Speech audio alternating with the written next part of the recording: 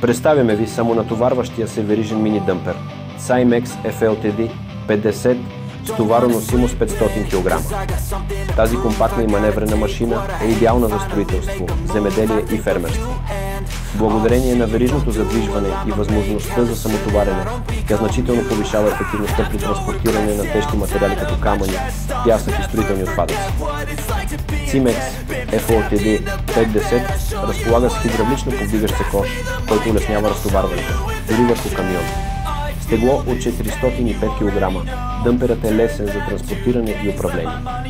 Задвижването му е поверено на мощен 9 конски сили бензинов двигател, с 6 предни и 2 задни предавки, включително бавни скорости за трудни терени.